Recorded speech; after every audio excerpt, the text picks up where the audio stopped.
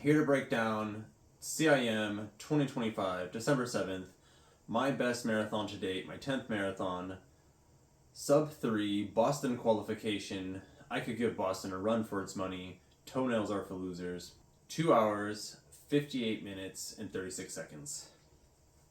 Sorry for the wait, long overdue. I was trying to get all the footage and voice over it, but I was having a bunch of technical issues, and I'm not very good at just voiceovers. It was too choppy, and it was just like the stupid CapCut was not letting me edit it and move things. It just kept I don't know. I'm giving CapCut, you're drunk. Go home. So here we go with this footage that I feel a little lackluster and not so great, but I just been pushing this off too long. I got other videos to make, so I'll probably put the footage in this breakdown onto my left or right to make it jazzed up a little bit, because I'm aesthetically not looking great or sounding too great in this. Might be too grizzly to bear. Sorry for the underperformance, but here we go. Got some good tips in here. I'm going to do a marathon tip breakdown, how to run a sub-3 with a lot of what I do in videos, or a lot of what I do in running to get myself to this place for this massive achievement. One big tip I can tell you is subscribe to Yawana and start reading running books like the Scott Jurek Run, Eat and Run, arguably the greatest ultramarathoner of all time, vegan, plant power. And but you're gonna pick up pretty much any tip you're gonna want to learn through Yawana. And he even on the hour plus long videos where it looks like a shoe review, he's running in the videos, just constantly talking about how to run, just giving running advice and tips. So it's all stuff you can use in your marathon training blocks and all other facets of running.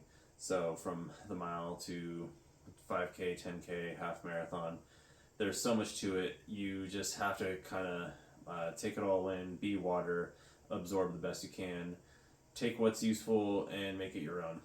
Hey, how's it going? The marathon that I've been prepping for, that big training block from Folsom to Sacramento, as you know, and I will be doing a separate video on the goal I've been trying to acquire for 4 years of taking my running seriously. Finally going sub-3, as I made a short already celebrating that, and what it takes to go sub-3 marathon. I officially ran 2:58:36. Super proud of myself because now I'm finally qualified for Boston. Ran a sub-3, and my next marathon is going to be in March 1st, Napa. The marathon 26.2, obviously. The marathon is no other And hopefully I distance. can just keep PRing to really solidify my spot to go to Boston. And here is my finisher medal for. Here's the hardware official. I have an iTab coming with the official chip time of 2:58:36. I'm glad that I didn't just hit barely under sub-3. I'd be grateful either way, but I won't say grateful because I put in the work, the effort way of the ninja, but there it is in all its glory. Bask in the glory of my first sub-30 medal. Ooh, getting a little stretch and get that glute going. I'm about to go on a trail run here at Annandale soon because I'm gonna reward myself the last remaining days on the calendar of December, hitting some trail runs because they're usually slower. My Garmin watch is always screaming at me, telling me how shitty I am. Pretty much my Garmin watch comes back after evaluating me, flipping me off and telling me how sucky I am. It does wonders for my self-esteem. I'll put some of the footage in here showing the Garmin and Strava prediction time for my marathon. And I did find it was quite funny that in the marathon prediction on my watch, it's the Garmin Forerunner 945 LTE. Said my race prediction was going to be like a 3:18 marathon. So it was like 20 minutes faster than the prediction. And I think Strava had me predicting a 3 hours, 13-minute marathon, somewhere around there.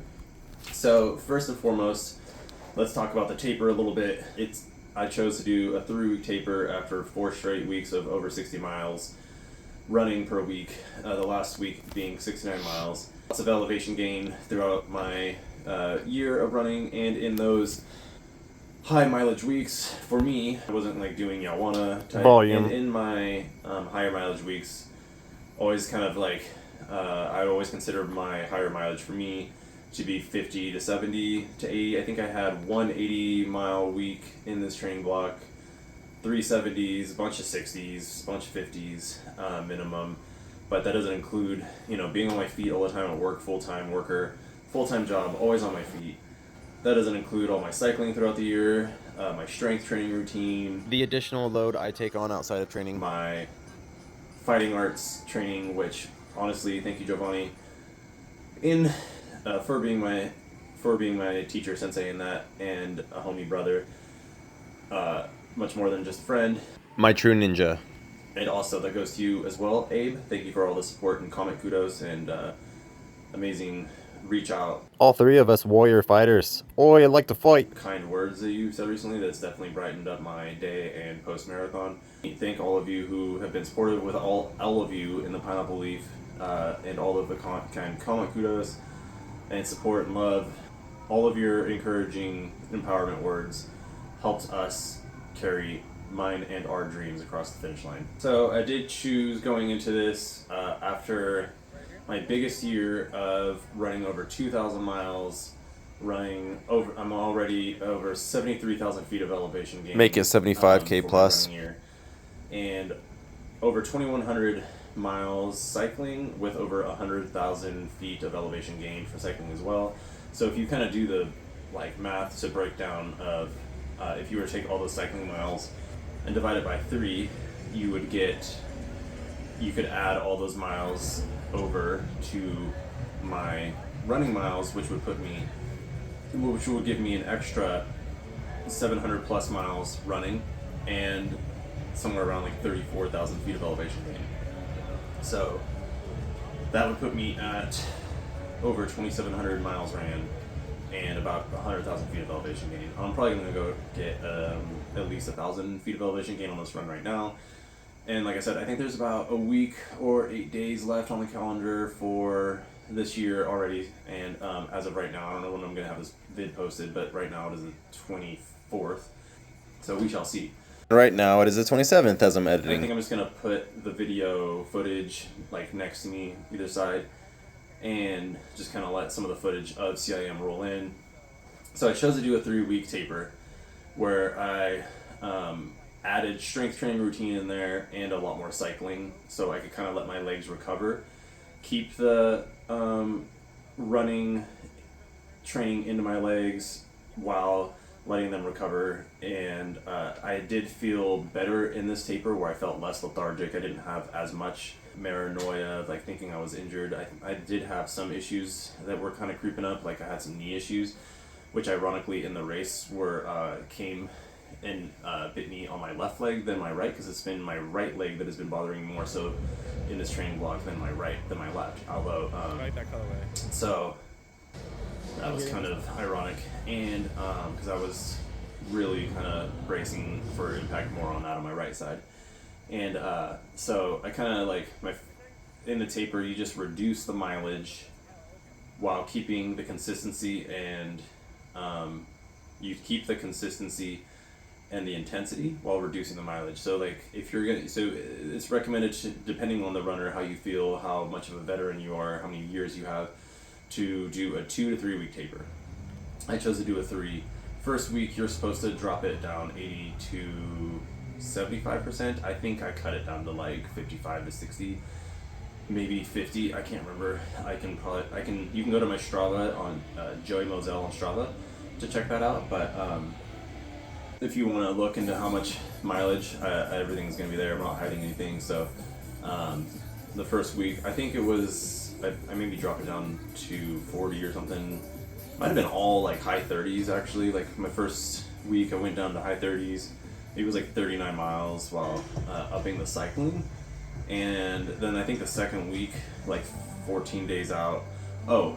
In the first week of the taper, I did include my biggest workout run, which was the Jack Daniels type style of 16 miles at marathon goal pace, which is a big thing Yalwana talked about. Yalwana, that plant-based runner on YouTube, I watch him daily. He posts daily, and he puts in all sorts of free game in there on how to be a better runner. And I learned so much from just watching his videos each day A lot of his videos are over an hour long shoe reviews, but they're not just shoe reviews. He's running while telling you information of all the books he's read, all of his training.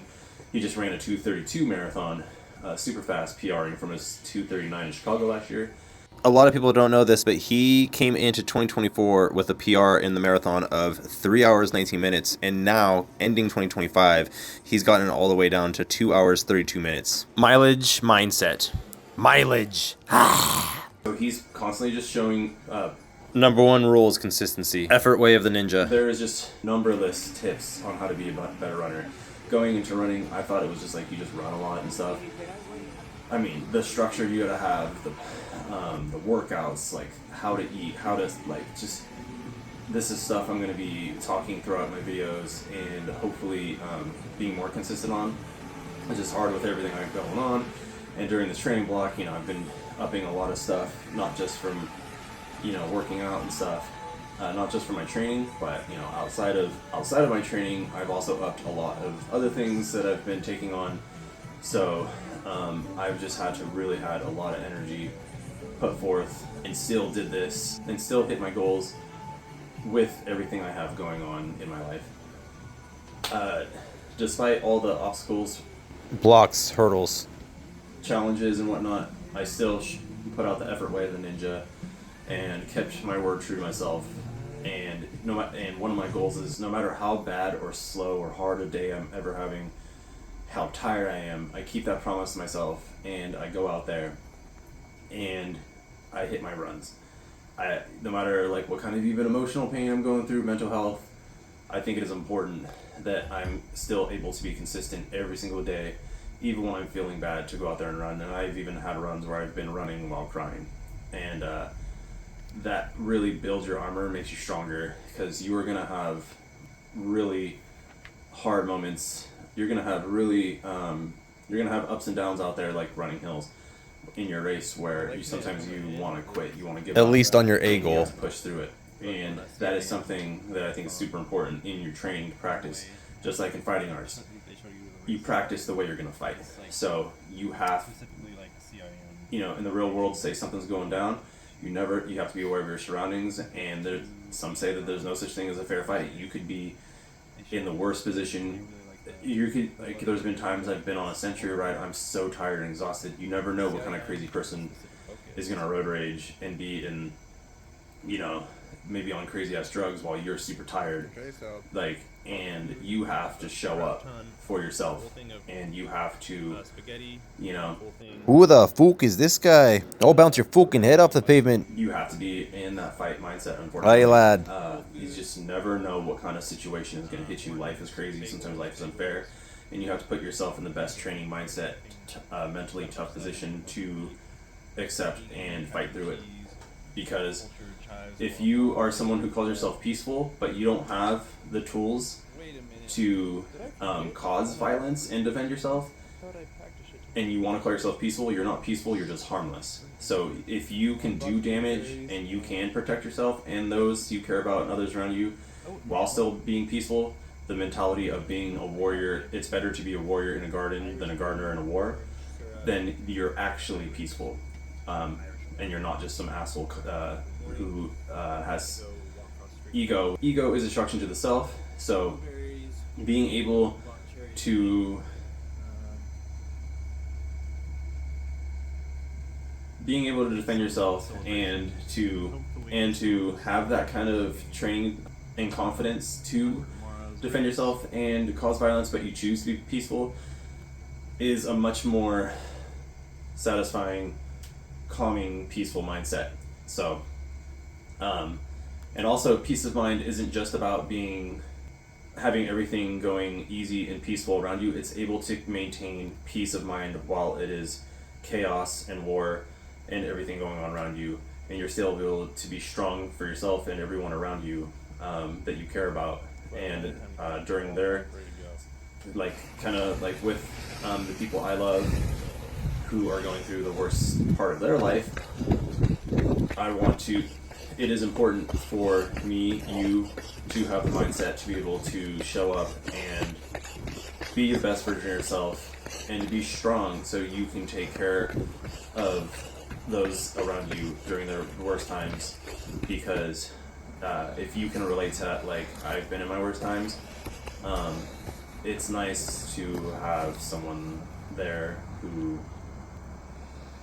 cares and who can be there for you, because if you truly do love someone and people in your circle, being there despite all the hardships and their worst times, and not just, it's not about you, it is important to, it's important to be strong for them as well. It's just show Maru protection. So in this taper, the most important thing is to be able to recover those little running niggles, small little injuries, the Stressies, as they're known in the running world. those little twinges that you feel out on your runs, whether it's your knee. I've had issues with my right knee, inner, and then like up in the upper thigh area, and just a lot of kind of like right side issues. And it's kind of funny because my left side has been, I'm right-handed, so predominantly you think I would be stronger on that side.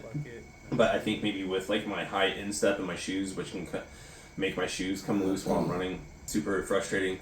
Happened in the race too. You want to be able to recover and have peace of mind going into the race that you are fully healthy, and you want your taper to, because if you get your taper wrong, it's not going to reflect how fit and all the training you put in, which I might have tapered too hard on the running side, but I also wanted to catch up on my strength training because I hadn't done it for like over a month, so because I was consistently hitting so much high mileage while doing everything else in my life.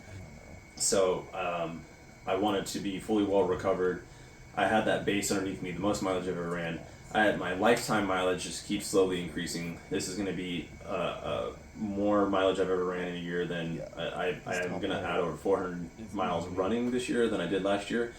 Much less cycling, but the running is going to help the running versus cycling helping the running as much. So that was a sacrifice I made, but I still had over 2,000 solid miles of, over 2,100 solid miles of cycling still.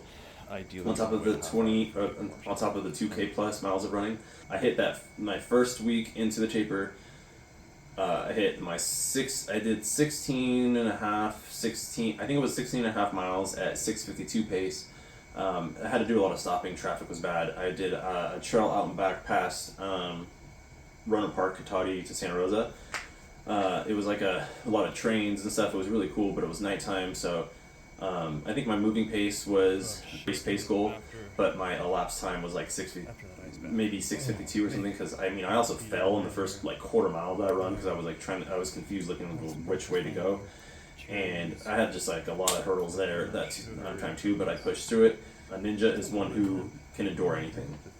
So you're gonna fall, and you got to learn to pick yourself back up, because that is a part of life, and you're just nothing is never gonna be such. It's not always going to be perfect out there. You're not going to always have like a perfect race day. So many variables. Something typically goes wrong. It's very rare that I actually feel good and pretty well recovered after my race day, and not thinking like, oh, ow, that hurts so bad, like I'm injured, because that happens pretty much predominantly every single time after a marathon. I'm like always thinking something's wrong with me. So that first week, I hit my 16 plus miles of race pace. I even was running by one of the homeless homies, and towards the very end, who like I think got like startled and like put his like fist up, and then I did too when I was running by. I was very confident. I had that. It was like the flight or fight movement kicked in, but I put my hands up and he like backed off. It was like really weird. It was just like a crazy run, starting off by falling and then ending it with like having my fists up with someone, and I just kept running. And I was like, some say no, but I say go, go-y. And there was actually some really cool people cheering me on during that. Like, oh, good, you looking strong. One of the homeless homies gave me like a, hey, really good job, blah blah. When I was running by, because I ran back one way and the other way, and I was like at race pace, and yeah, I really appreciate that kind of stuff. So shout out to the homeless homies as well. I wish we could have some better support out there in the system and direct action from the community. So solidarity. And the second week, my last actual speed session, I think might have been like, it was like 4 to 5 miles of, every Sunday I hit a speed session workout.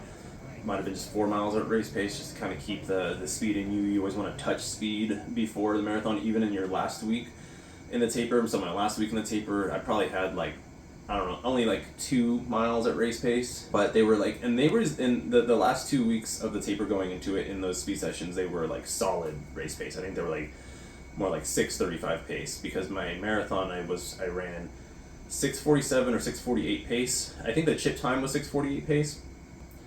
So in order to run sub 3, max pace you can get away with, I think, is 6:52.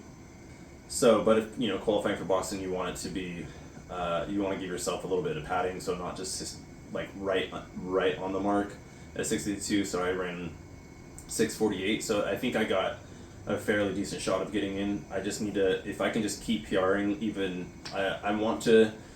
My minimum goal is to PR in Napa, but hopefully at least 30 seconds. But hopefully I can get at least a minute, maybe 2. I might try to aim for 6:55 pace and under.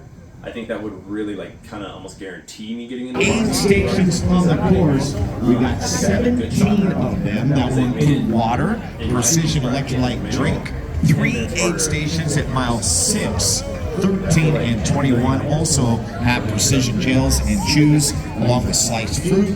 Precision Fueling and Hydration is proud to be the official fueling hydration partner of CIM. And each aid station also has portalets as well as medical support. Maybe that'll impact their influence of times. Like, he's not just in the 35 age range to get into Boston, he's 39. Hopefully, I don't know what goes on in their heads when they're picking these times. Like 10 to 20% of the people that run Boston pay or do the charity. I think he has to like get $9,000 to go in. So some people probably, who knows what happens. I'm sure some people just pay that. So not everyone who runs Boston is actually like time qualified. Also, some people just get in by knowing people. Like, I think on the running channel there was one of the women was trying to qualify for Boston Marathon. She was like an hour 40 off the mark of hitting the time qualification, but Adidas sent her anyway, and they like paid her as a sponsorship. So the running channel, like, that someone, you could be over an hour. Like, if I was on that channel and I tried running, I missed it. I missed my goal by an hour. I could still be sent. So, hopefully those of us who really put in the blood, sweat, tears, and mileage get to go. So, I think they were like 30, athletes right now. The time is 10:30. Coming up right about 11 a.m. We'll be doing our awards. 2 to 4 miles max. I think my biggest run was like 4.5 miles. And just really kind of let my body get into it of recovering.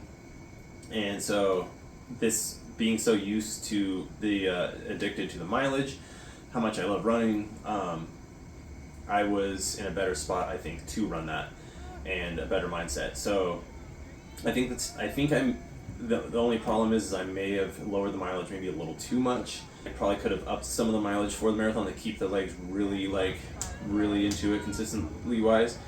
And I also did enjoy, then going to Sacramento, it's a different spot this time. It wasn't the Safe Credit Union it wasn't the expo that we usually go to. This time it was different. It was at some fairgrounds, and I thought it was really cool because, as you can see in this footage, it was holiday oriented. There was all these huge decorations. It was really awesome, super fun. It got me in the holiday mood because I'm not the biggest like Christmas person. I'm much more Halloween oriented. But it was like, when I got there and when I'm coming in, all the lights and fun stuff, and the snow blowing out from the machine and everything else. It was just really kind of like whimsical. And it made me, and it had Goey all full of whimsy. I was super enthralled, engaged. I came in really late at the end of the night because I had to pack. It was just a long week, and I'm always thinking I'm forgetting something. I need to make like a checklist of going into something. Like, I'm going to bring this, and that, and then I could check all of it out that I got all this stuff packed in my car.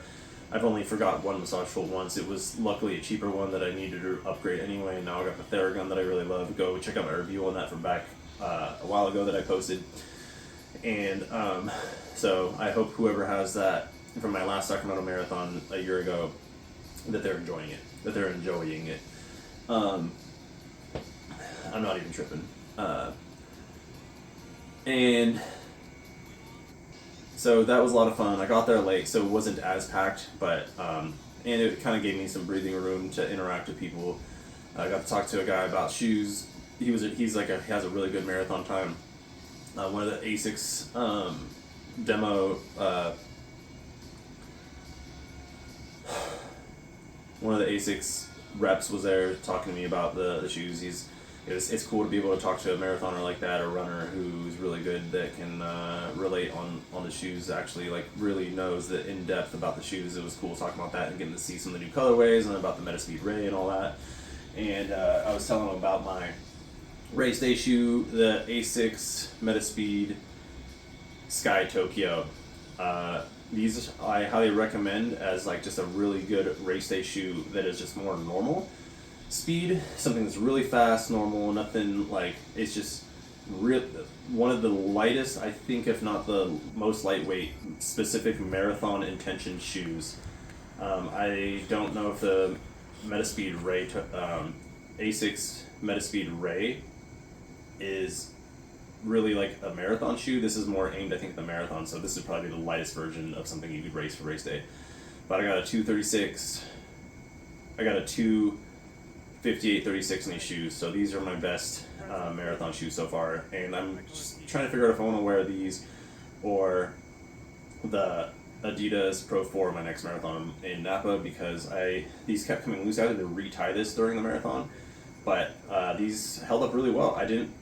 They weren't too harsh. I've heard people say in reviews that this is an amazing marathon shoe, a great race shoe. It's great for speed in general, for your speed workouts, but I have the ASICS Mega Blast for my workouts. They're very comfortable, protective, max stack. You could even race a marathon on those shoes and have a really great time. So I'd highly recommend. I'm going to be doing a shoe of the year coming up, and we'll see. That's going to be contender for sure. So that might be in there. But so that way you can save your race day shoes for race days, because they only have such a good max life. They only have such a lifespan. So they only have such a long lifespan. So you're not going to get as many miles as you are in the Mega Blast. So Mega Blast, you're going to get a ton of mileage out of at race paces to train in. So great. The Mega Blast is going to be a great marathon training block speed day shoe. You don't want to run easy miles in that. You can pretty much do all your faster paces in those. It's going to feel comfortable. It's going to be protective. You're going to have a really good time in those shoes. But for a race day, you want to get the most speed bang out of your buck, the most efficiency. You are going to want something like this. And then the two previous to this I wore was the Alpha Fly 3.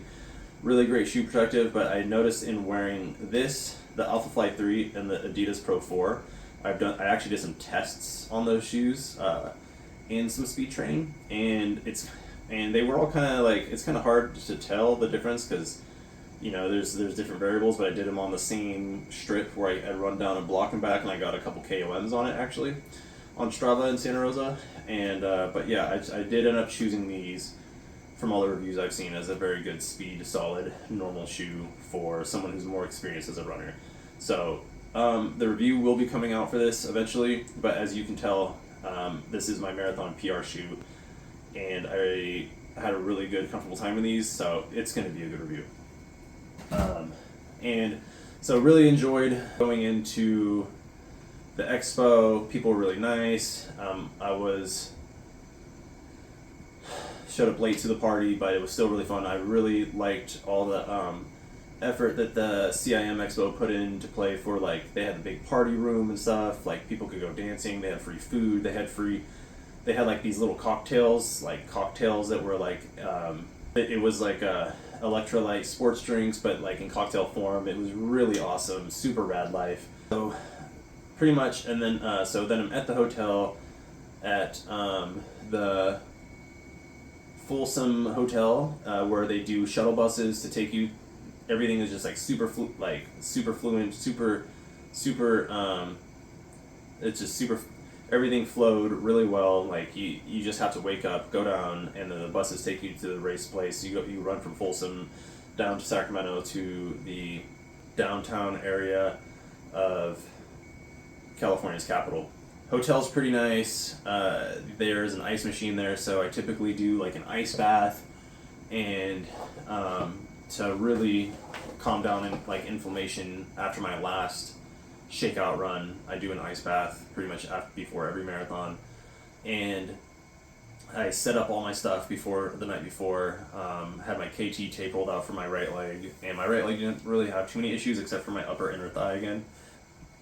My upper inner leg, which has been having a lot more like line pain through the inner knee all the way down, because I've had shin splints before, and I have that high instep on my metatarsals that kind of sometimes get swollen. So, had my ice bath, woke up earlier, had my shower to kind of like help wake up, had all my drinks, my breakfast laid out. I kind of went into this one heavier, and like a little heavier. It was pretty much not exactly where I wanted, so I kind of felt like big going into the actual race because I had a lot to kind of like eat kind of the week before and even the morning of, and but I kind of felt full at the start line in the first half of the marathon. It kind of took a while for it to kind of go away. But I still, even though I didn't feel like super light, fast, springy, like peppy, like, you know, that light feeling when you're running where you just feel like you're like almost like floating speed, like it's just more effortless. I just felt like heavier, like not as efficient, like not as fast, but I still was able to hit the pace and run fast. So I think that's a good sign, because now I hope I can carry this going into the Napa Marathon like I did last year, where I carried my PR and I just kept it going and then PR'd again. Because I didn't even think I did as much speed last year when I PR'd going into Napa, where I was worried about my speed work. I kept the mileage up, but it was really high. But I was worried about my speed, but I still PR'd by like a minute or something, like over a minute. Maybe it was like a minute 40. And so I was really excited about that. And so maybe I can do that this time, but add the speed workouts, because that was something in my marathon training block. I hit every single speed workout, every single long run of 2 hours or more, every single week with every speed workout. And I would switch my speed workouts up from, tempo to mile pace to sprints, like just switching depending on. I kind of went by how I felt that week, and there was one week where I felt so horrible that I just was like, I went into it just trying to give what I could, so I just would mix in sprints into it. I did I think 3 sprints into one of the workouts with like 6 strides and a couple marathon miles pace. So it was just kind of like a lot of different types of speeds you want to be able to hit. If you're marathon training for serious PRs, like you're trying to go sub-3, etc., you want to be running like at least 5 different types of speed. And I'm not just talking about the types of paces where, I ran 9-minute miles, I ran 8:50, 40, 30. Like I'm saying, your recovery should be maybe in the 9s to 10s. I would use almost a lot of my first miles as a warm up when I was really rushed, as they would be in the 9s. Like sometimes they would be like close to 10 miles, my first mile, and then I would get into my 8s. And sometimes I'd just stay in the 8s in my runs. My average pace would always be like kind of in the 8s. And if it was true recovery, it's going to be lower, or it's going to be a slower mileage pace. And so, and then I kind of consider my 7-minute miles like more of like a tempo, like a lower tempo marathon race pace, higher tempo, of like 6:52 or lower.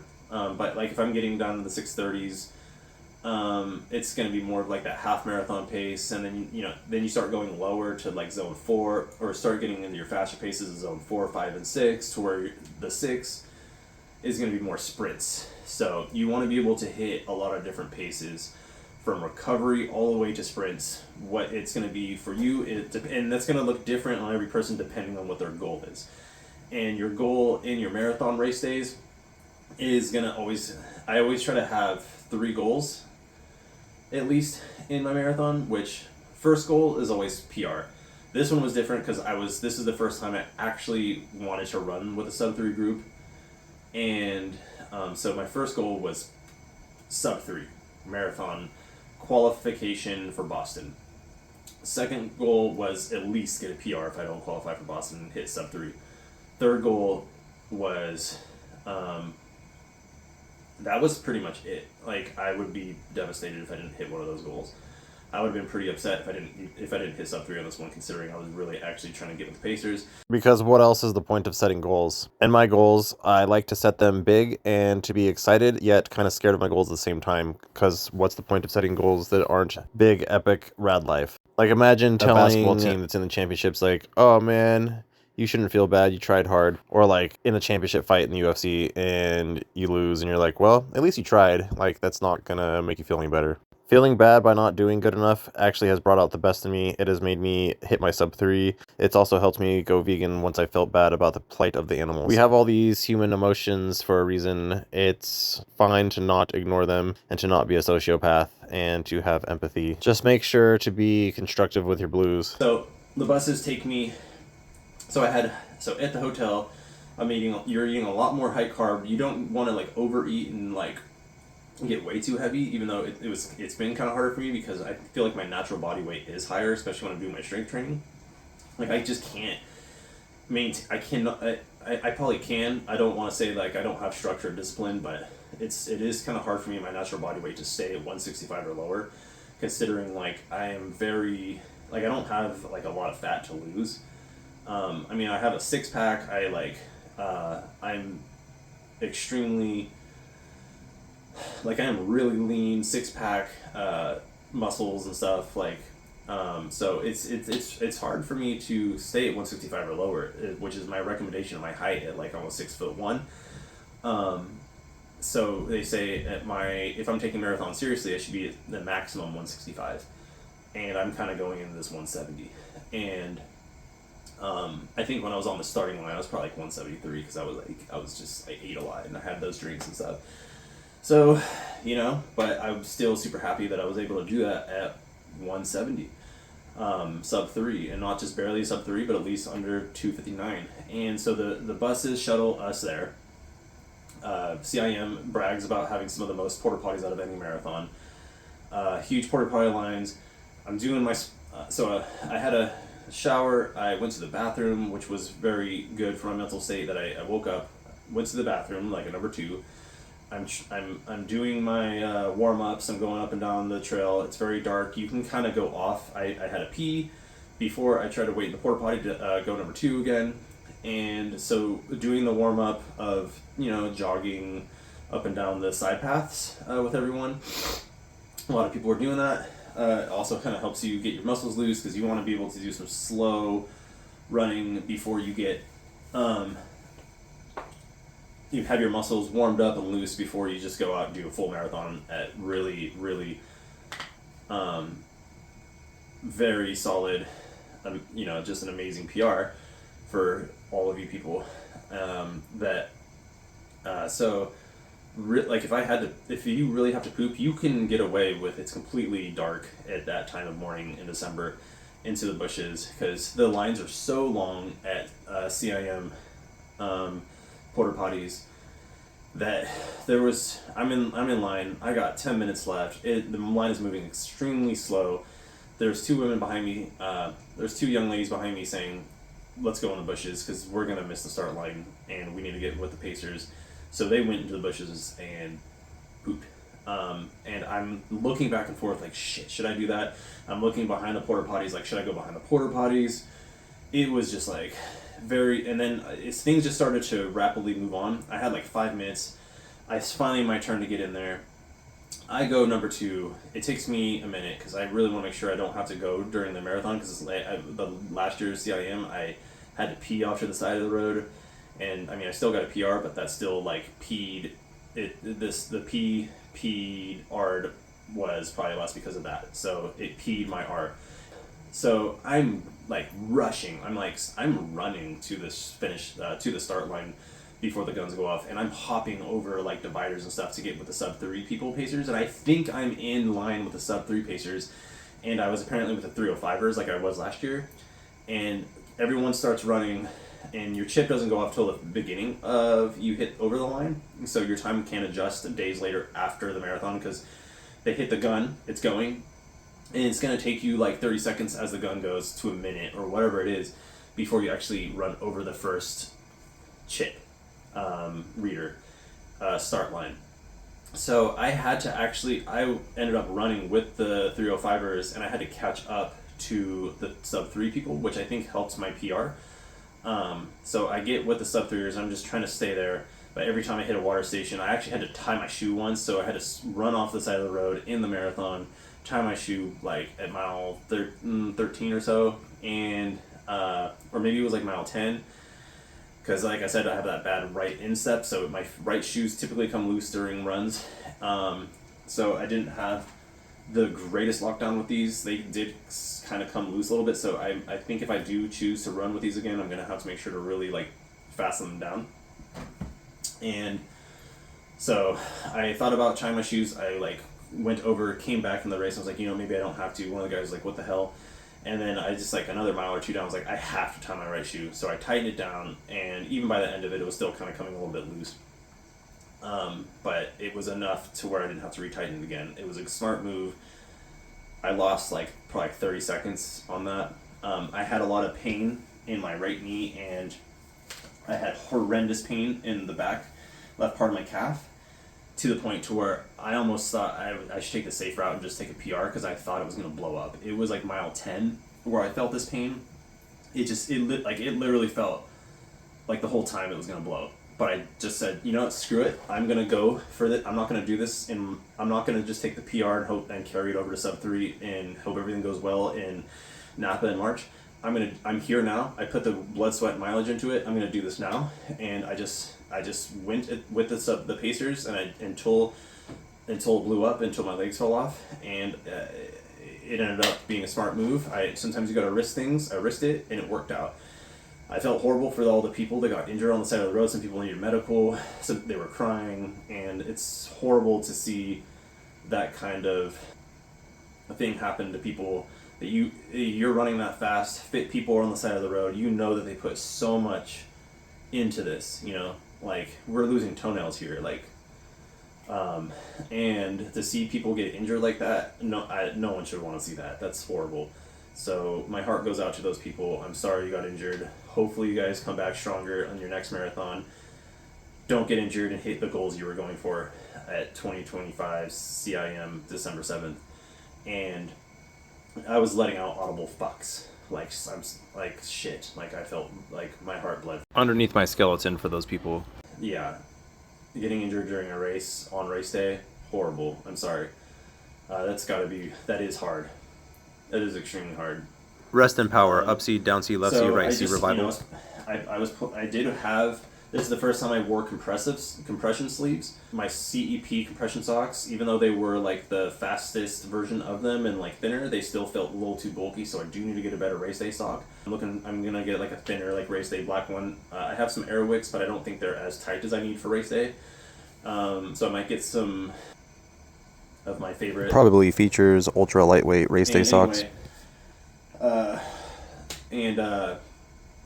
So, you know, I had my ups and downs. I would, when my knee was hurting, I pulled up my compression sleeve a little bit, kind of closer to the knee. And when I did that, the mileage felt super easy. But the relief was only temporary, as the pain did come back the next mile and the calf hurt throughout the rest of the race. I trained this. I did a lot of miles at race pace. I just did a lot of miles in general for myself this year. Like, and I knew in the race, like, if everything went right, like, if I didn't have these things that were, like, my calf, that just, and my calf, like, has still been hurting, and it's December 23rd. It's just finally feeling better. Yesterday in my run, I've only ran, like, twice this marathon, did a lot more cycling, hitting some small cycling goals that I've been wrapping up like Christmas gifts to get over 100,000 elevation gain this year, a lot of Zwifting and stuff. It's been raining a lot, but calf is just now finally feeling better over 2.5 weeks. Past it, so like that's how bad it was. And so if everything goes well, like I knew when my legs did feel good during it, when the compression was helping it, like I honestly kind of felt almost like just super normal pace to me. But the good news is I hit the PR. It's harder to get the PR, that goal that you wanted, and to maintain it and then carry it over to your next race. And even when you're hitting lifetime mileage, the more lifetime mileage you hit, the easier it is to hit those goals. So even if you're running 2,000 miles each year and you're not hitting sub 3, if you almost maintain that same long distance runs, your same goals you're hitting each week, and nothing even changes from one year to the next, yeah, you're getting older if you're not in your prime years, but the lifetime mileage makes it easier to PR. So even if you're not like super upping your training, which you should be trying to get better at, and you want to change things if it's not working, it is easier to maintain that and go forward. So, and because they say you're a new runner if you haven't been running 10 years or more.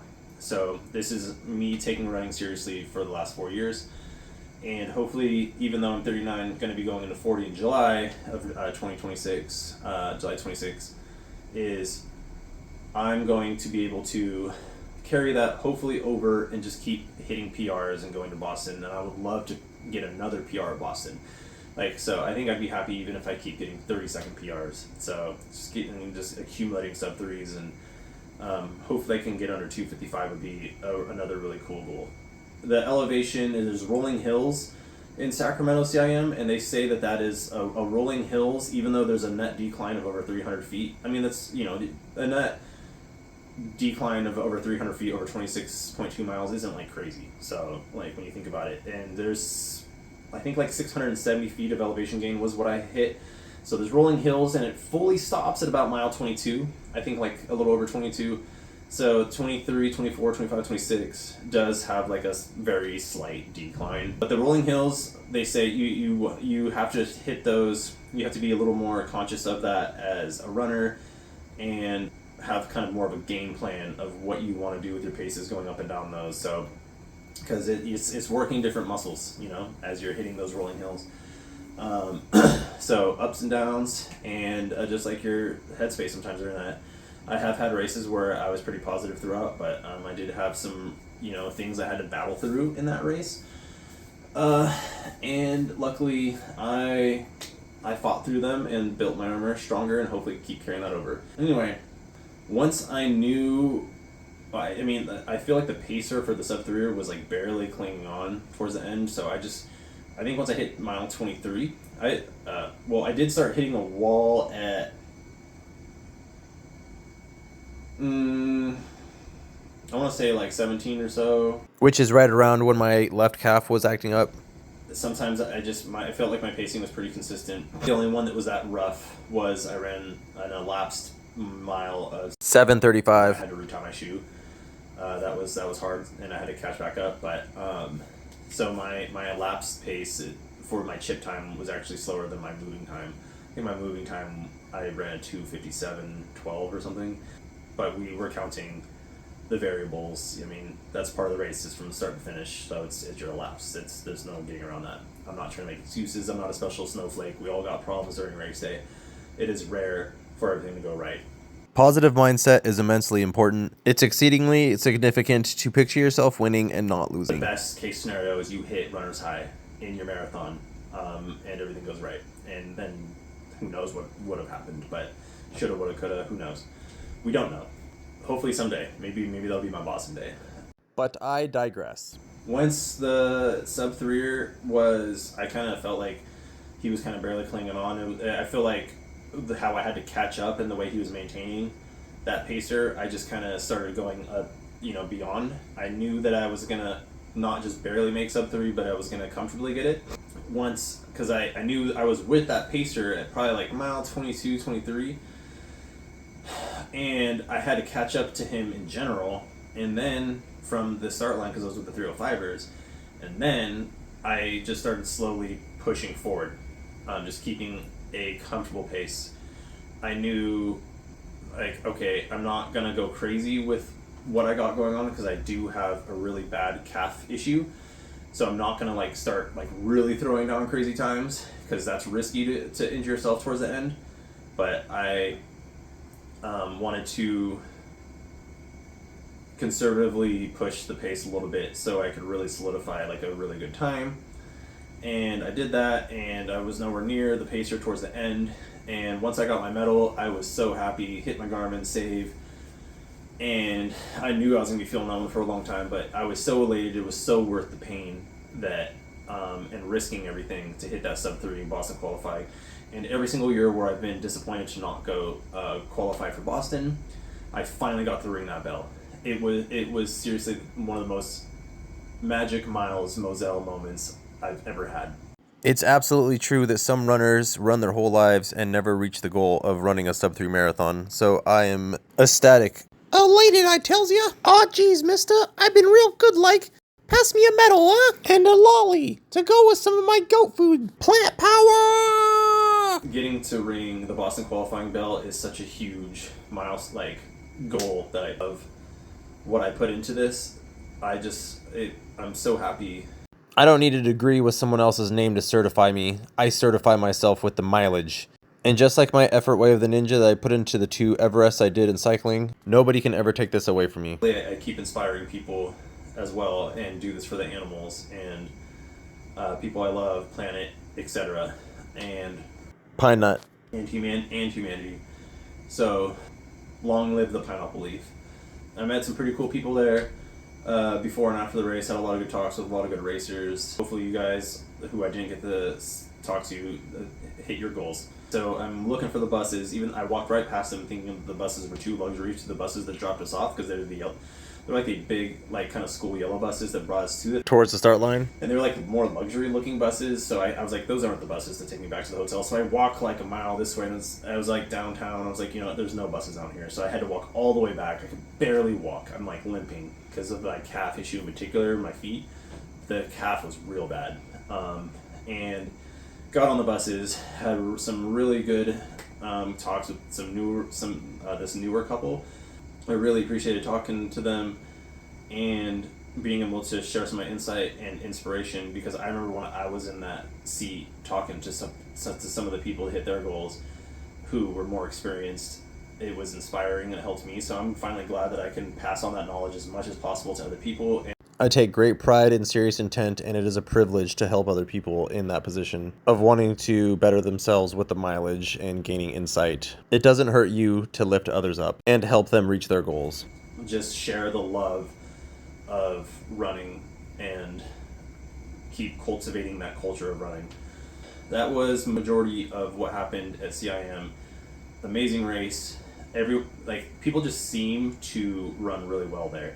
Especially due to the prominent marathon atmosphere there. I highly recommend, if you're anywhere near or can make it to CIM, Sacramento, California International Marathon, where over 10,000 people race that race every year. People travel from all around the world to do that race. It's a big race. It's a really good, faster course. It's just a big experience of running the expo. Just the grandness of it is so much fun to participate in. It's so cool to be able to run. Running is really the only sport you can participate race day on with pros. One of the pro runners, Sarah Hall, from Santa Rosa. She grew up in Santa Rosa. Still lives here in the city of roses. Santa Rosa native, came and she got second place for women qualifying for the Olympics for her 9th time. I think she's going to go for 10 Olympic qualifying marathon times. So she got second place. She was in first place for a long time. She lost to someone who's a pro runner out of college, like the elite level, a lot younger in their prime. But she's 42 years old.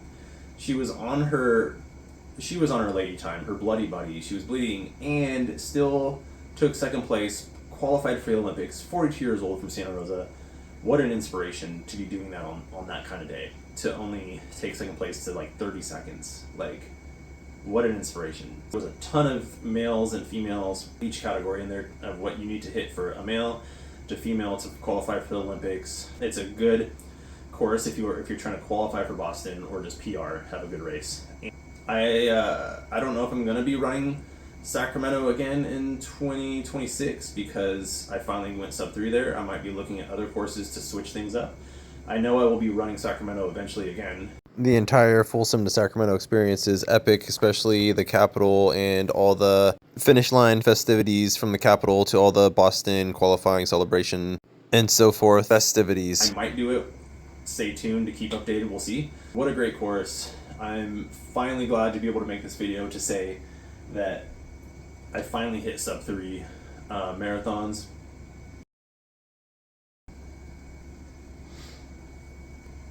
And again, thank you all so much. Please subscribe. It's totally free and easy to do. Just hit the like, subscribe buttons. It really helps the algorithm and support the channel. I appreciate you so much. From everyone from work who The list seems numberless. has been really supportive. You all know who you are. Long live the Pineapple Leaf. Peace out, Pineapple Leaf. Keep running rad life. I miss you already. Hasta la pasta. I could give the Boston Marathon a run for its money, but I'm not done yet. See you in Boston, hopefully. See you in Boston. 4-leaf clover.